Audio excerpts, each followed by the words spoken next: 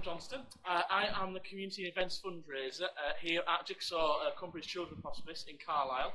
And welcome to our Jigsaw garden. As you can see at the moment, in fact, why don't you follow me and I'll show some of the garden off that we'd like to transform with some of the wonderful big funding from Aviva.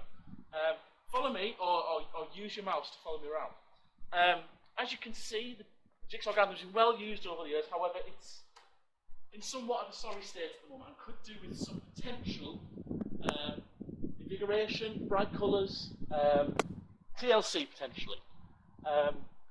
We like flowers, we like things to play with, things to touch, things to ride, things that will excite and engage our children. Because for them, getting outside and being active is a really important thing sometimes.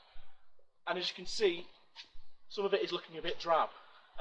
So why not? Why don't we use some of that Aviva funding to make this space a lot more special for our children here?